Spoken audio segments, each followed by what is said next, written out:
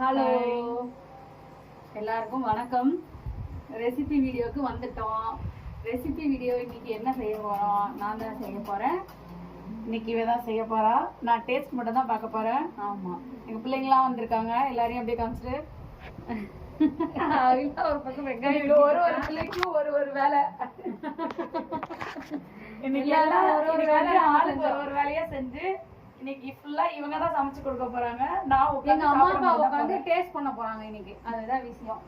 என்ன ஸ்பெஷல் அதை சொல்லிடு. ஒரு ஸ்பெஷலும் இல்ல, பிள்ளைங்க வந்திருக்காங்க, அதுதான் நம்மளுக்கு ஸ்பெஷல். எல்லா நாளும் ஸ்பெஷல் தான். என்ன செய்ய போற? இன்னைக்கு வந்து கோழி வறுத்த கறி செய்ய போறேன் ஃபர்ஸ்ட்.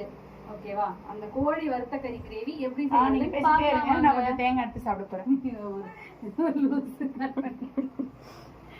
ஓகே ஓகே, இதுதான் வறுத்த கறிக்கான மசாலா வறுக்கிறதுக்கு. அப்போ என்னன்னா மிளகு, சீரகம், சோம்பு, வர கொத்தமல்லி, காஞ்சி மிளகாய், அதில் 2 காஷ்மீரி மிளகாயும் வச்சுருக்கேன், பட்டை, லவங்கம், ஏலக்காய், அப்புறமா துருவன தேங்காய் இருக்கு, கூடவே கருவேப்பிலையும் போட போகிறோம். ஓகேவா? இப்போ அடுப்பு பற்ற வச்சுக்கலாம். அடுப்பு பற்ற வச்சாச்சு. நல்லபடியாக வரணும்.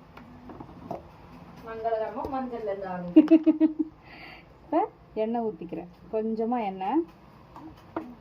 அது கொஞ்சமா வறுக்கிறதுக்கு எண்ணெய் வேணுங்கல்லங்க. ஓகே, எண்ணெய் சூடாயிடுச்சு. ஃபஸ்ட்டு சோம்பு பாருங்க, சோம்பு போட்டேன். அடுத்து இந்த மசாலா அப்படியே போட்டுறேன். பட்டை, மல்லி எல்லாத்தையும் போட்டுறேன். மிளகாவை தவிர மற்ற எல்லாத்தையும் அப்படியே போட்டுறேன். ஓகே, இந்த வறுத்துக்கணும். வாசமா இருக்கா?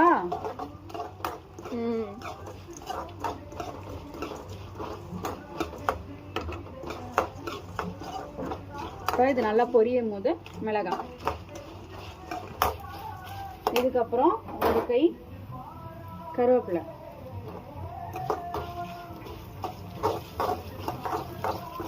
எப்படி கலர்ஃபுல்லா இருக்குல்ல?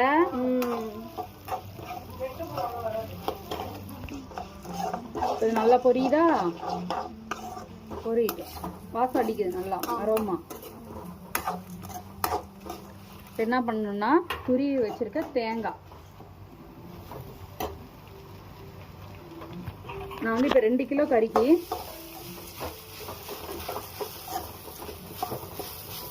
தேங்காய் வந்து நல்லா கோல்டன் ப்ரௌன்ல வதங்கணும். ஓகேவா? வதங்கட்டும். இப்போ வெள்ளையா போட்டது ஓரளவு கோல்டன் ப்ரௌன் ஆயிடுச்சு, ஆனால் இன்னும் ஆகணும், நல்லா வதக்கணும். மழை பெய்யுதா? ஓகே, 3/4 கோல்டன் ப்ரௌன் ஆயிடுச்சு தேங்காய். தெரியுதா? வெள்ளையா இருந்ததெல்லாம் ப்ரௌன் ஆயிடுச்சு. இன்னும் கொஞ்சம் இதை அப்படியே கிண்டிகிட்டே இருந்தா கோல்டன் ப்ரௌன் ஆயிடும். இந்த மசாலா நல்லா வாசமா இருக்கு இல்ல? அங்க ஊத்தி பால் பற்ற வைக்கிறப்ப பாருங்க.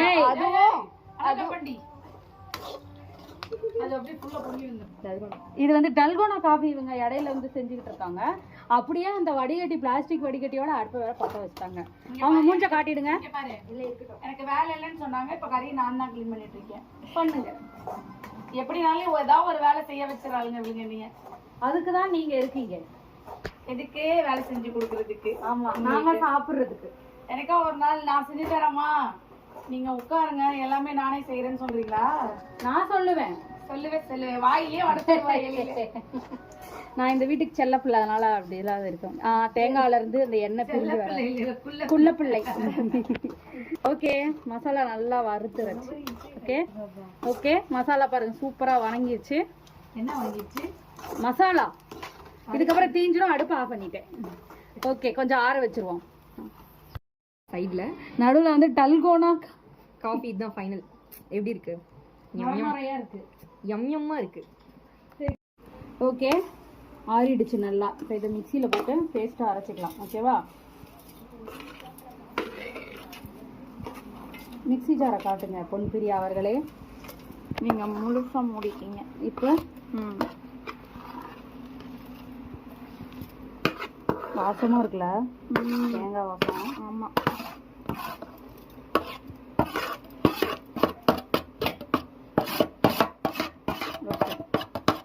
கழிச்சாச்சு.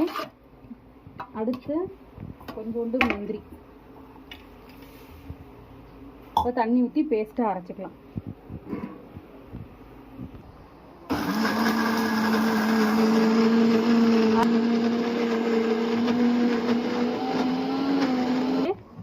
பாருங்க, இந்த அளவு பேஸ்ட்டாக இருக்குது, நைஸாக அரைச்சிருக்கோம். ஓகே, இப்போ குழம்பு செய்ய ஆரம்பிக்கலாம். ஓகே, குக்கரை வச்சாச்சு. அடுப்பை ஆன் பண்ணிட்டு தேவையான அளவு எண்ணெய் ஊற்றிக் கொள்கிறேன். குழம்புக்கு தேவையான எண்ணெய். ஓகே,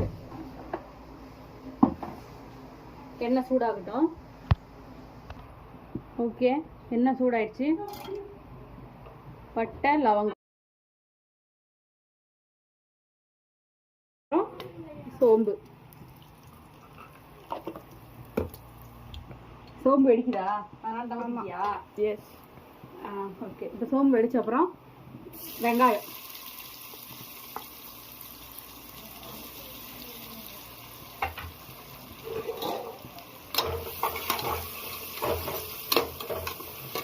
சும்மா கொஞ்சமா வெங்காயம். இது நல்ல கோல்டன் ப்ரௌன்ல வருது.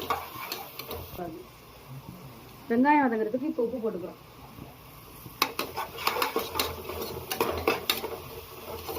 சீக்கிரம் ஆயிடும் இந்த குழம்பு, வதக்கி அரைச்சிட்டா.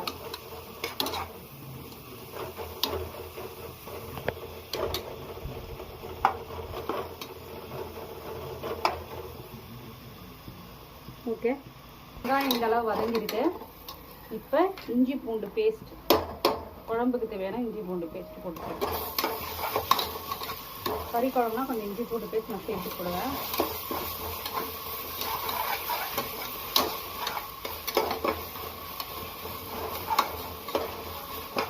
தெரியுதா? வாசம் வருதா? இஞ்சி பூண்டு பேஸ்ட் வாசம் போனவா மேக்ஸிமம் போயிடுச்சா? பச்சை வாசம் போயிடுச்சு. இப்போ தக்காளி.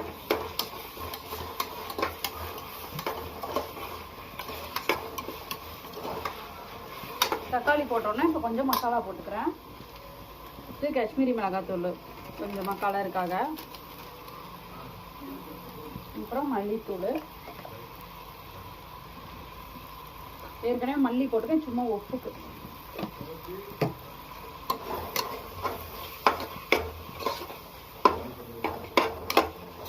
கொஞ்சம் மசாலா வந்து பச்சை வாசம் போகணும், நல்லா இதை வணங்கணும். ஒரு நிமிஷம். அப்புறம் கரம் மசாலா ஒரு 2 ஸ்பூன் போட்டுட்டு, இப்போ இந்த மசாலா வந்து இப்போ ரொம்ப ட்ரையாக இருக்குது, கொஞ்சம் தண்ணி ஊற்றி வேக விடணும்.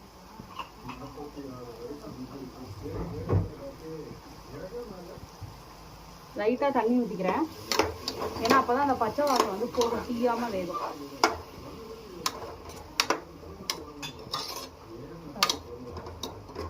வெங்காயம் தக்காளி வந்து நல்லா வணங்கி எண்ணெய் பிரிஞ்சு வர டைமில் அடுத்த வேலை பார்க்கலாம். வணங்குற வரைக்கும் வெயிட் பண்ணணும். ஒரு முக்கால்வாசி வதங்கிடுச்சு. இப்போ என்ன பண்ணுறேன்னா, இந்த அரைச்சி வச்ச பேஸ்ட்டை இதில் ஊற்றிக்கிறேன். ஓகேவா? லைட்டாக தண்ணி கலந்து ஊற்றிக்கிறேன்.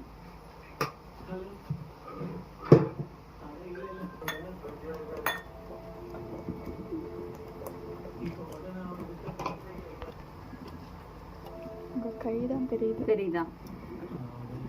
ஓகேவா? இப்போ இதை வந்து நல்லா வதக்கிக்கலாம். ஆனால் வச்சுட்டு இதுதான் இப்போ மெயின். இந்த மசாலா எண்ணெய் நல்லா இதில் வந்து பிரிஞ்சு வரணும். அந்த சரிங்க, நான் தெரியுது, எண்ணெய் பிரிஞ்சு வரணும். இப்போ போட்ட மசாலாலாம் இருக்கா, இது வந்து ஒரு கிரேவி மாதிரி தான். சரி, ஓகே. இப்போ எண்ணெய் பிரிஞ்சு வர வரைக்கும் வெயிட் பண்ணலாம். இந்த ஸ்டேஜ் ஒரு எண்ணெய் பிரிய ஆரம்பிக்குது. இந்த ஸ்டேஜில் குழம்புக்கு தேவையான உப்பு அப்புறமேட்டு வேணால் பார்த்துட்டு போட்டுக்கலாம். போட்டு ஒரு கிண்டு கிண்டிக்கலாம்.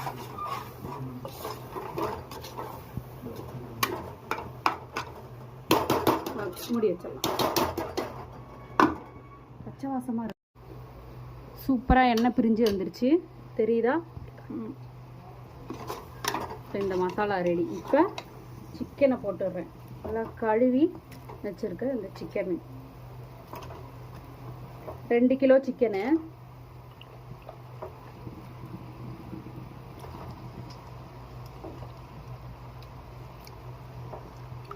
மடி இதை கிண்டுறதுக்குள்ளே போதும்போதுன்னு ஆகிடும். கறி போட்டாச்சு, கிண்டிக்கலாம்.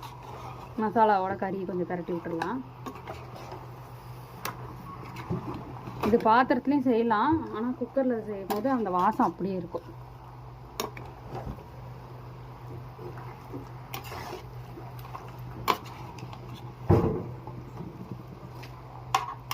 தெரியுதா மிக்ஸ் ஆகிறது?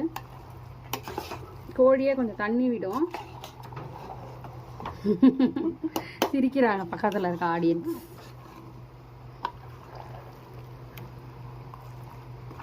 மசாலா நல்லா பரட்டி விட்டாச்சு. உப்பு அப்புறமேட்டு செக் பண்ணிக்கலாம். இப்போ இந்த ஜாரில் இருக்கிறத கொஞ்சம் கழுவி ஊற்றிக்கிறேன். ஆளில் ஜாரில் இருக்க மசாலா உடனே நீங்கள் யாரை கழுவி ஊற்றுறீங்கன்னு கேட்காதீங்க.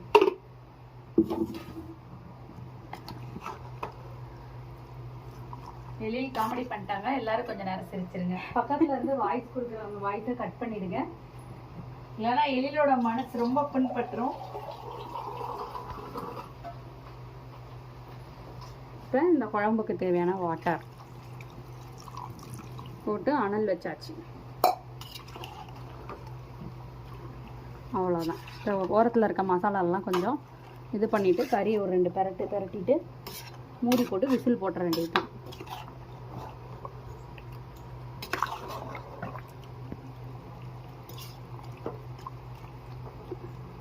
ஒரு 4 விசில். ஓகே, குழம்பு பாருங்கள் கொதிக்க ஆரம்பிக்குது. இப்போ விசில் போடுறேன். ஓகே, குழம்பு கொதிக்க ஆரம்பிச்சிருச்சு. விசில் போட்டுற வேண்டியது தான்.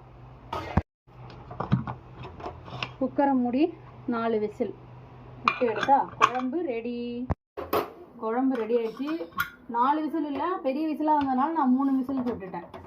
அப்பா ஆவி அடிக்குது, பார்த்து எடு.